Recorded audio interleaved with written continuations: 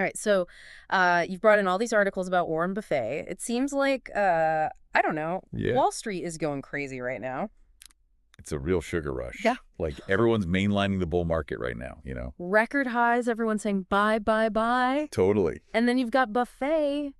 Like, he always kind of zigzags when everyone else sags, right? Yeah. And he just sold off a bunch of his Bank of America stock. Yeah. Which, I mean, we're talking, this is not like, Small potatoes. yeah, small potatoes. Like, he made millions, multi-million-dollar profits. And on top of that, he's already got, like, what, over $34 billion in profit from that stock? Yeah. It's a bold move, especially considering like his whole thing is buy and hold, right? Right. He's the king of weathering the storm. Or OJ Larry, yeah. He'll hold on to something for years, decades even. Yeah. Ignores the little dips, and then boom, rides it out, reaps the rewards. Right, long game. So to see him selling now, everyone's like, buy, Yeah. makes you wonder, what's he seeing that maybe we're not? It's like he walked into the party, took a look around, and said, all right, I'm good.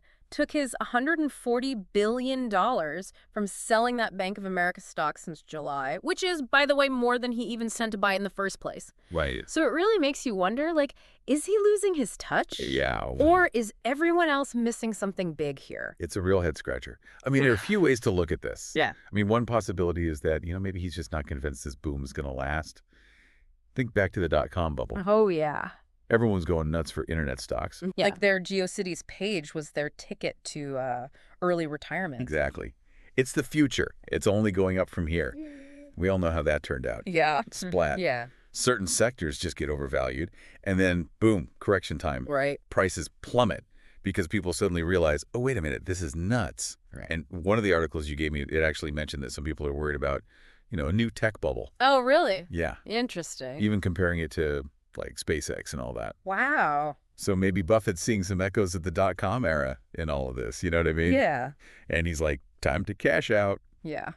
Yeah, well, speaking of things potentially heading south, the articles also talked about interest rates maybe dropping. Oh, right, yeah. Which could, like, really hurt the bank's profits, right? Yeah. Oh, absolutely. Lower interest rates can really eat into their margins. Yeah. And that's classic Buffett thinking there. He's not just looking at what's happening today. He's thinking 5, 10 years down the line. Like, what are the long-term consequences? Lower interest rates might seem like a blip on the radar now, but he's probably thinking about the domino effect, Yeah. how it could ripple through the entire financial system. Okay, so wouldn't that, like, affect all investors, though?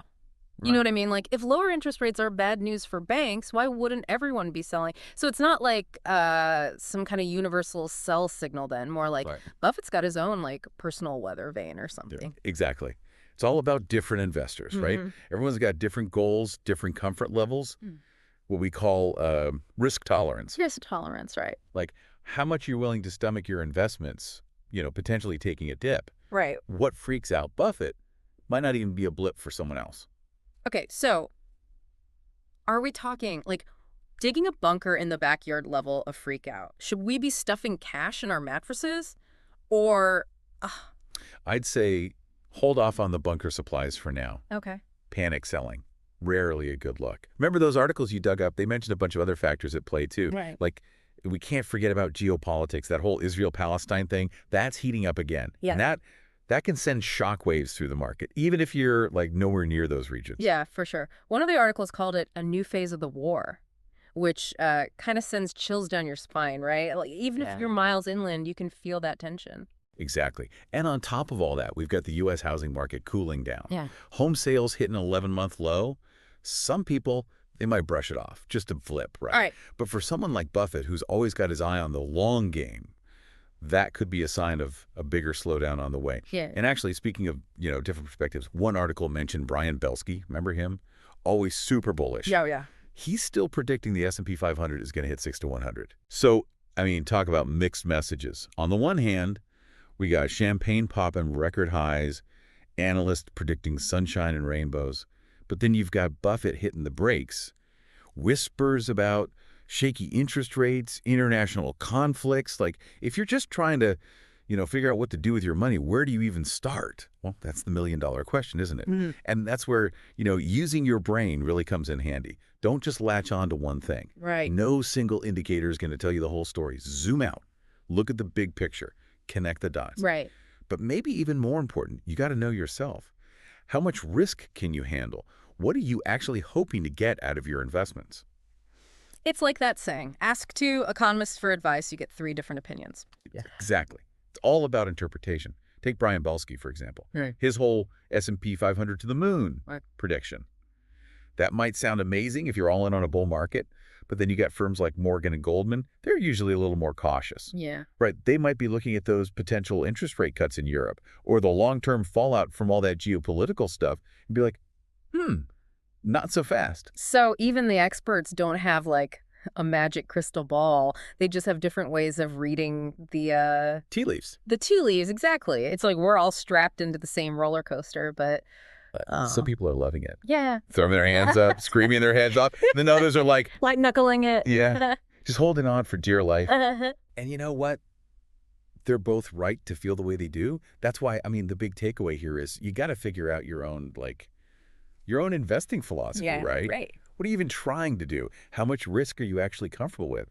Once you know that, then you can kind of tune out all the noise. So less about predicting the future, more about just like having a plan you can stick to, even when things get a little bumpy. Exactly. And I mean, look, love him or hate him, Buffett makes you think, right? Right. He's challenging all the assumptions, All right. digging into the why behind the numbers, which honestly, that's way more useful than any like hot stock tip or whatever. Totally. So as we wrap up our deep dive here into Warren Buffett's latest moves and what they might mean for the rest of us, what's the takeaway for our listeners? Should we all be freaking out or popping bottles?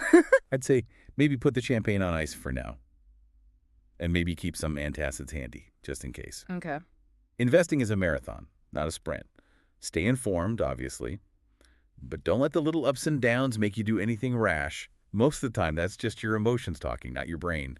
Focus on your long game. What are you actually trying to achieve? How much risk can you actually stomach?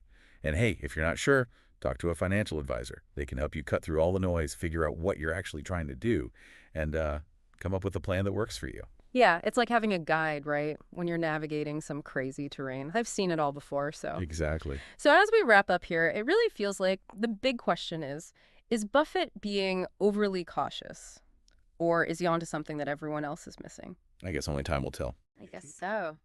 All right, that's it for our deep dive this week. Thanks for listening, everyone.